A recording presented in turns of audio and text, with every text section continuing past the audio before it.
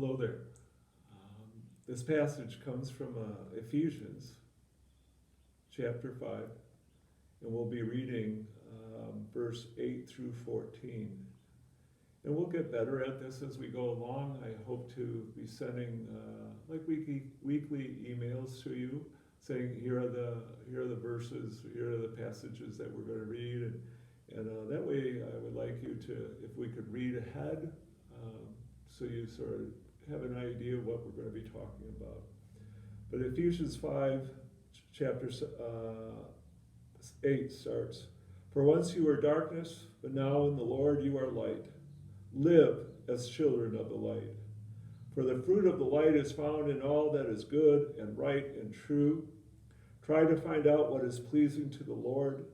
Take no part in unfruitful works of darkness, but instead expose them. For it's shameful even to mention what such people do secretly. But everything exposed by the light becomes visible. For everything that becomes visible is light. Therefore it says, 'Sleeper, awake, rise from the dead, and Christ will shine on you.'" Here's the ending of the reading. The verse that really struck me there as I prepared for this a little bit, it was Ephesians 5:8, and it says, "Be children of the light."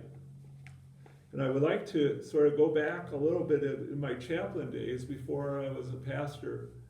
And as we sat in a group and I was with another chaplain, and this prayer, this struck me, and it's been with me ever since. And it said, the prayer that she offered before she would go in and meet a patient was, "Lord, please let me see Christ in them." And then she goes, "But please let them see Christ in me also." So it was a two-part prayer, and I thought, oh, what a beautiful prayer to say. And so that's why this idea of Ephesians 5:8, it says, "Be children of the light," and that light is Christ. Be children of Jesus Christ. And that prayer just rung, has just resonated with me in so many different ways. But I'm thinking that if we are children of the light, we need to, it needs to be seen. People need to be able to see that. It has to make a difference, especially during these times, but in all times, good times and bad times. Being children of the light has to make a difference.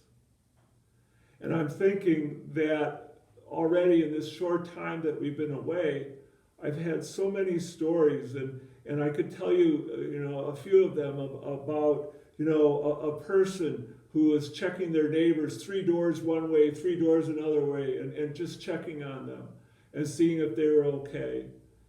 Also, another neighbor or another person in our congregation met a neighbor for the first time, maybe talked to them from 2.5 years, talked to them for about 5 minutes total, and now she was sharing what was going on in our church and shared our website, and actually they talked about it. That's being children of the light. Having someone say, "Hey, I want to donate, or I want to give some food to people who need it, and I have this app ready to go. Just let me know." That's being children of the light. And then I want to tell you what happened today. We had our blessing board out there. And it's usually myself, car stopping, and I would give the blessing. That didn't happen today. What happened today is a car stopped and say, "Pastor, I missed so much of our women's Bible study, and I saw you out there, and so I wanted to get you something." And she dropped off a bagel and a smoothie for me.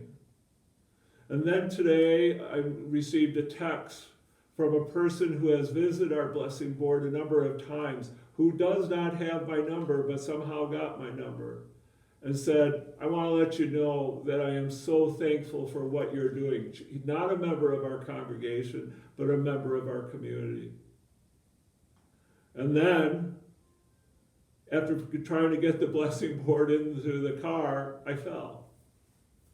And 2 cars come screeching into the parking lot.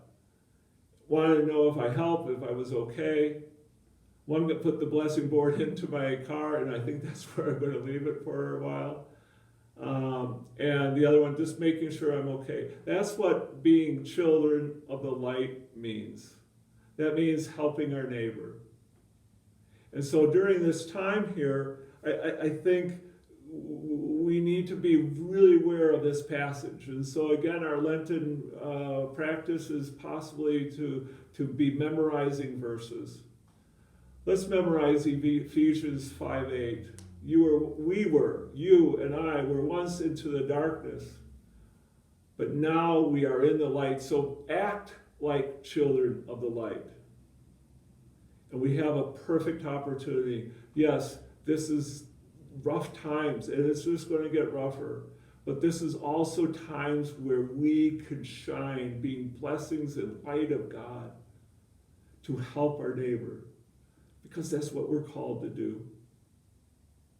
So let's make a difference. And let's let them, even if they don't recognize what the light is, let's go out and be children of the light today.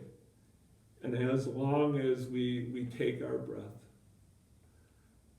May the peace of the Lord be with you always.